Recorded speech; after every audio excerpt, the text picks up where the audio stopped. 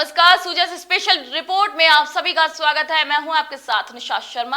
आइए special report पर एक नजर डालते हैं। राजस्थान के शेखावाटी अंचल को जल संकट से निजात दिलाने के लिए मुख्यमंत्री श्री भजनलाल शर्मा ने एक बड़ा ऐतिहासिक निर्णय लिया है, जिस पर तेजी से काम चल रहा है। राज्य सरकार ने यमुना जल समझौते के अंतर्गत रेणुकाजी और लखवार बांध परियोजनाओं के लिए 95 करोड़ रुपए की राशि स्वीकृत की है। यह धनराशि हिमाचल प्रदेश और उत्तराखंड में निर्माणाधीन जल परियोजनाओं के लिए राजस्थान के हिस्से के तहत दी गई है। इस निर्णय से शेखावाटी क्षेत्र, खासकर चूरू, सीकर और झुंझुनू जिलों को पेयजल और सिंचाई जल की पर्याप्त आपूर्ति सुनिश्चित की जा सकेगी। मुख्यमंत्री श्री शर्मा के इस कदम से स्थानीय जनता में खुशी की लहर है और लोगों ने इसके लिए प्रधानमंत्री श्री नरेंद्र मोदी और मुख्यमंत्री श्री शर्मा का आभार प्रकट किया है। भजनलाल सरकार द्वारा जब से ये सरकार बनी है राजस्थान में, इन्होंने सबसे पहला प्रयास यमुना जल समझौते को लेकर किया, जिसमें केंद्र सरकार की मध्यस्थता से हरियाणा और राजस्थान के बीच में एमओयू हुआ।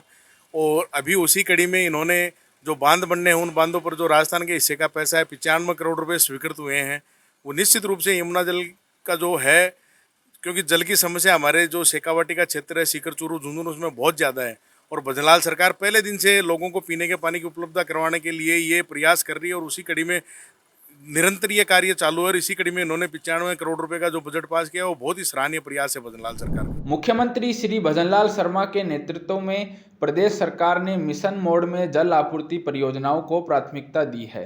यमुना बेसिन के तहत आने वाली इन बांध परियोजनाओं से राजस्थान को उसके हिस्से का पानी मिलेगा, जिससे लंबे समय से जल संकट से जूझ रहे शेखावाटी अंचल को बड़ी राहत मिलेगी। राज्य सरकार की इस सक्रिय भागीदारी से इन निर्माण कार्यों को गति मिलेगी और समयबद्ध तरीके से जलापूर्ति सुनिश्चित हो सकेगी।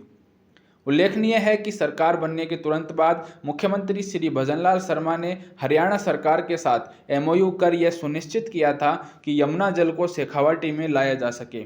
इस फैसले को क्षेत्र की जनता ने ऐतिहासिक और दूरदर्शी बताया है। ये यमुना जल का जो 95 करोड़ रुपया सरकार ने, भारत सरकार ने जो परिश्रम से किया है, नरेंद्र मोदी जी की डबल इंजन की सरकार, राजस्थान में भी भाजपा सरकार और केंद्र में भी भाजपा सरकार के अथक प्रयासों के कारण सीकर, चूरू और झुंझुनू के हजारों लाखों किसानों को यमुना जल से बहुत फायदा होगा। और ये जो राशि, बड़ी राशि 95 करोड़ रुपया स्वीकृत हुई है, निश्चित रूप से भाजपा की बहुत सहभागीदारी और नेतृत्व के कुशल नेतृत्व के कारण आज जनता को सीधा लाभ मिल रहा है।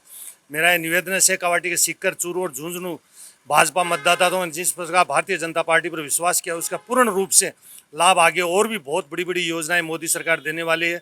निश्चित रूप से यमुना जल किसानों, हजारों किसानों के फसल और आजीविका का मुख्य स्रोत का साधन होगा पानी। यमुना जल परियोजना से न केवल पेयजल संकट दूर होगा, बल्कि इससे किसानों को भी लाभ मिलेगा, क्योंकि खेतों तक सिंचाई जल की सुविधा पहुंचेगी।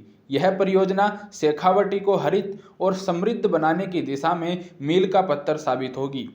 क्षेत्रीय किसान, व्यापारी और आमजन इस परियोजना को विकास की नई धारा मान रहे हैं। राज्य सरकार का यह कदम न सिर्फ वर्तमान बल्कि भविष्य की पीढ़ियों को भी लाभान्वित करेगा। जनता ने मुख्यमंत्री श्री भजनलाल शर्मा के निर्णय को दूरगामी सोच वाला और जनहितैषी बताया है।